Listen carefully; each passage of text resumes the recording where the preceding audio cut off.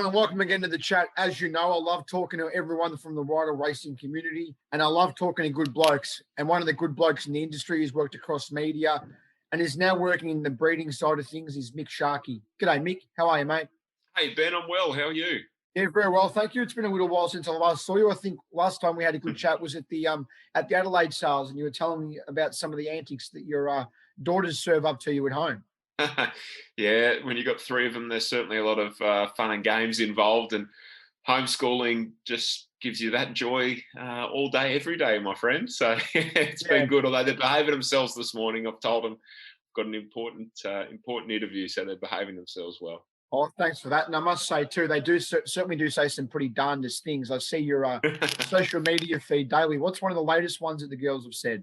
Oh, look, I took them the last time we were able to move around about a week and a half, 2 weeks ago. Yep. I took them on a little trip to Gippsland and we went to buchan. Yep. So the eldest one realised that buchan sounds a lot like a word that she probably shouldn't say. And for the rest of the trip while we were in buchan, everything was buchan delicious and buchan fantastic. So, yeah, she certainly took liberty with the use of buchan there, but yeah, it was pretty funny. I think she drew the line when she was telling her granny about it, and my mum's nearly fallen off the chair. So yeah, it was good fun. Currently, you're general manager at Leneva Park. How did you end up there after working for Brad Spicer previously for Spicer Thoroughbreds?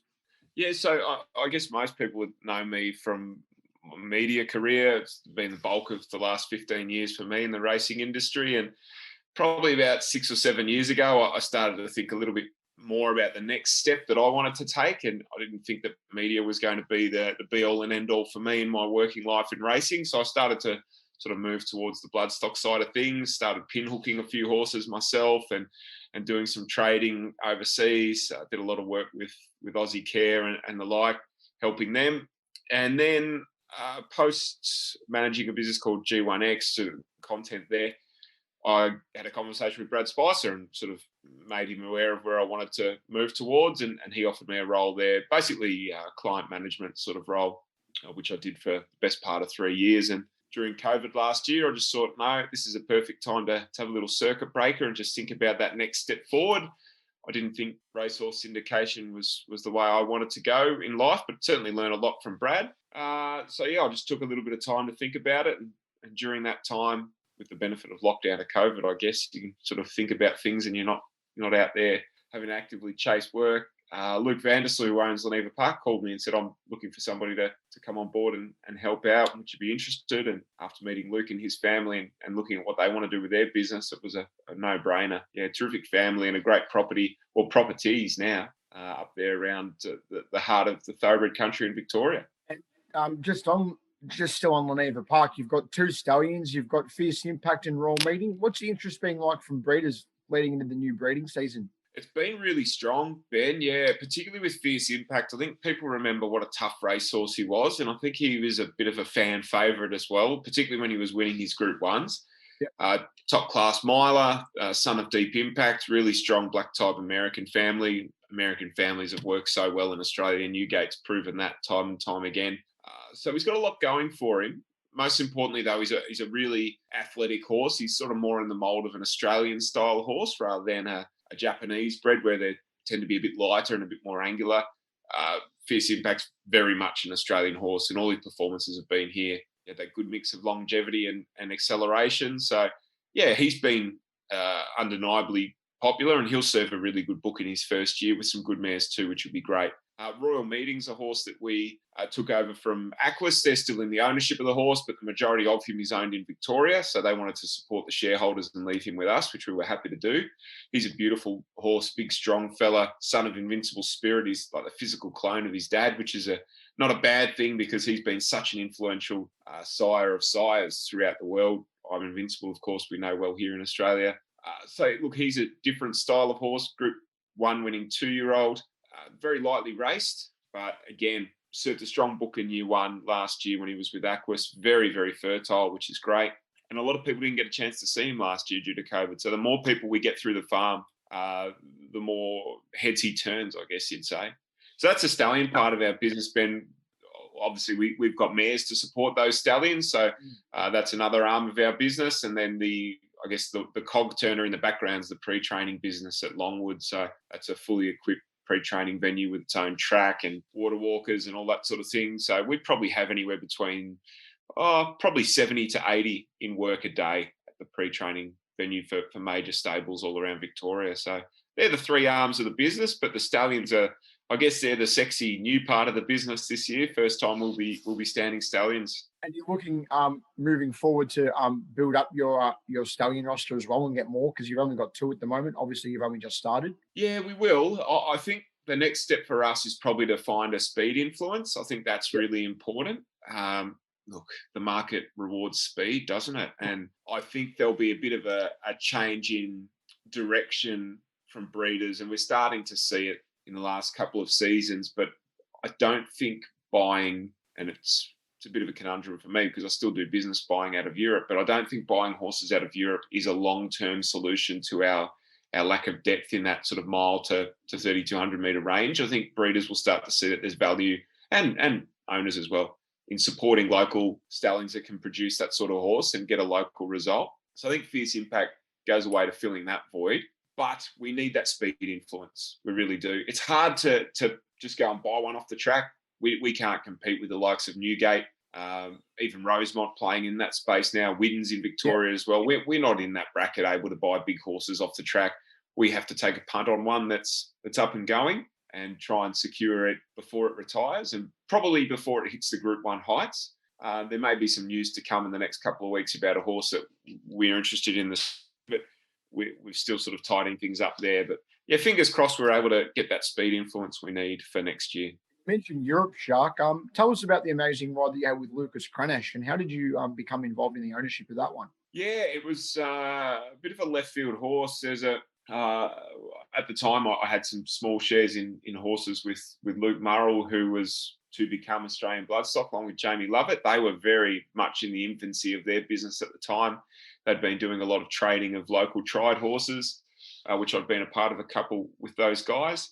They had an appetite to sort of expand to Europe, and I had not long recently returned from living there. I'd made some good contacts and whatnot. So I helped them sort of, I guess, reach into that market and get going in that part of the market. So Lucas Cranach was a horse that was, I think, probably their first or second international purchase. A gentleman called David Medbury, he helped with that purchase. He was a friend of Rob Ralston's, and who's a very active agent in Australia. And I got to know David really well. Terrific fella. Sadly, lost his life before Lucas could really sort of hit the heights that he was going to hit. But he spotted this horse in Germany and said, have a look at his times, you do your work on it, but I think there's something there. I did all the due diligence in the background and sort of presented him to the boys along with David and said, I think this is a horse you really need to look at. And of course, Luke being a good judge of form, he saw the upside immediately. We were able to secure him and bring him to Australia. It was a bit of an odd one. German horses weren't exactly well known in this part of the world, so it turned a few heads, and they ended up betting us 300 to 1 for the Melbourne Cup, which we duly availed ourselves of. So, look, history shows that he runs third in the race and beaten, half a length or 3/4 of a length. I know there would have been some owners that would be in a very financial position given the 300 to 1s if he was just able to hold on that little bit more. But sadly, he had a hoof abscess leading into the race and missed some work and probably just wasn't at his absolute best that day. But we did see him at his best in the Peter Young the following autumn when he smashed the field there first up, and he was odds-on favourite for the Australian Cup a fortnight later, but sadly chipped a bone in his ankle, which ended up becoming a pretty serious fracture and forcing his retirement. So a sad way for him to move on off the racetrack. But look, he's still producing a few winners.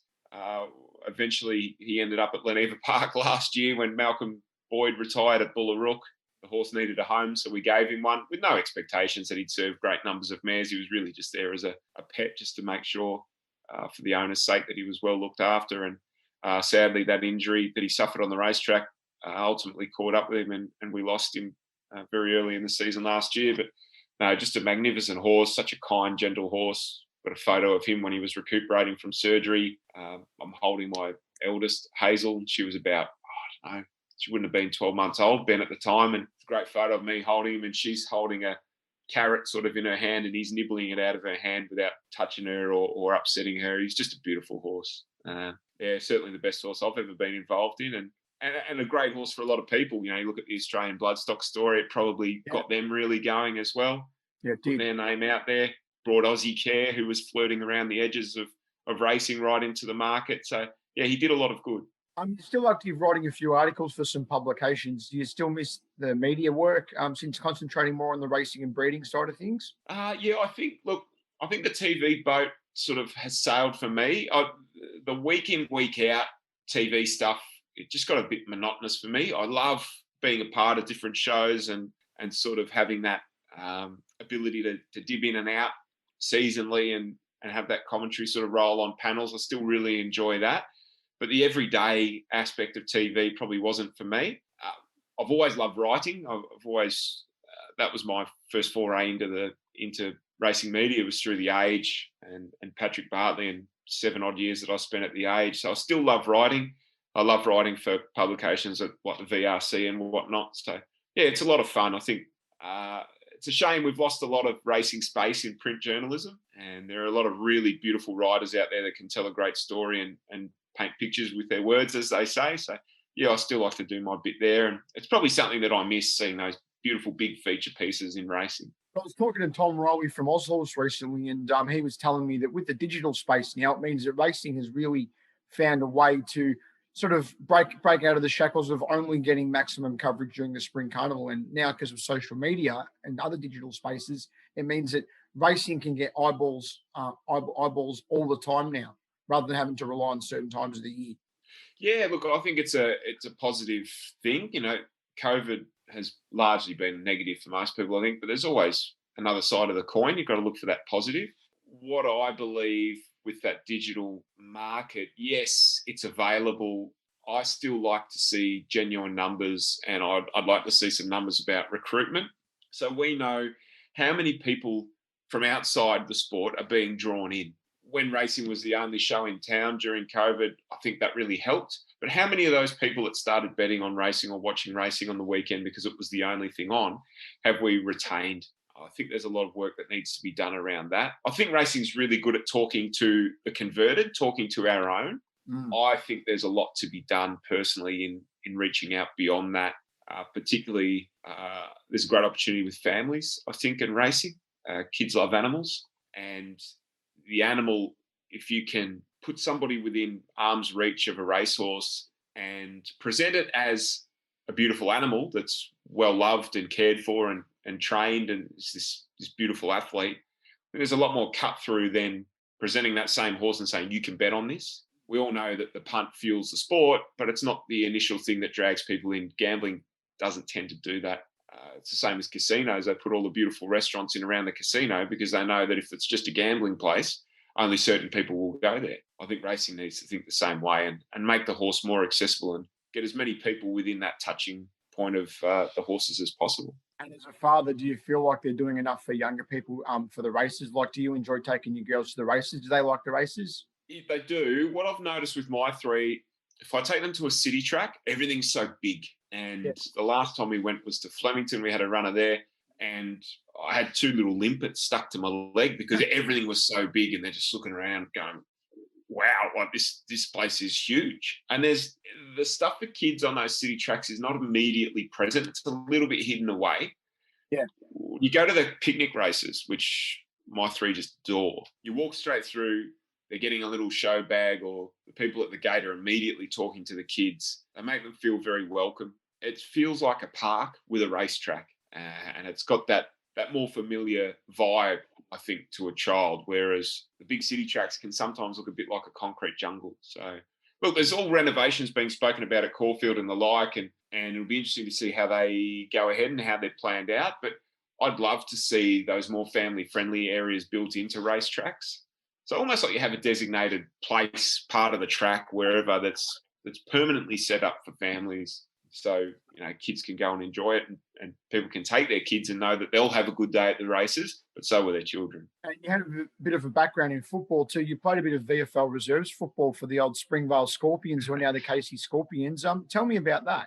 Yeah, that was a lot of fun. I wasn't particularly good. I think Stephen Harrison, who's a good friend of mine and was an exceptional VFL footballer. While I was there, we sort of occasionally have catch-ups every now and then. And over a long lunch a couple of years ago, I said, now listen, was I the worst VFL footballer you ever saw? And he said, no, you're not the worst, but you're probably in a conversation for some of the worst. So probably tells you where I sat, Ben, in all honesty. But it was great. I think I had 3 years at Springvale, which has now become Casey, and has got a strong alignment with Melbourne.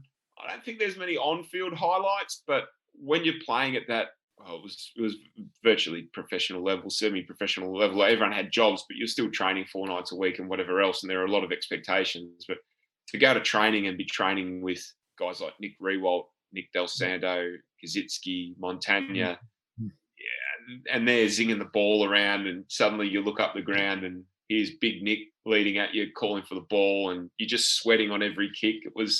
I will always cherish those memories of playing with some of like those huge names in the game. Like just training with them, you learn so much, and it was a brilliant experience. And there's a bit of a racing connection there in Nigel Nudger Carmody, who would have you may have come across him when you were playing, and he's now doing a great job with racing.com. Absolutely. And Nigel and I were both at Springvale at the same time for a number of years. And terrific fellow, always full of great enthusiasm and very passionate. Was very passionate about his footy club and very passionate about racing. Look, he's had a great career as a player manager and now moving into media and hosting on the same sort of time frame. He's a great guy, Nigel, and all the best to him. He's got a good career ahead of him. And I believe your dad was Scorpions president for a period too. Is that right? Yes, he was. Yeah, he was president for, he was pretty long serving. He was close to, I reckon it was 17 years Dad was president. So quite a long time.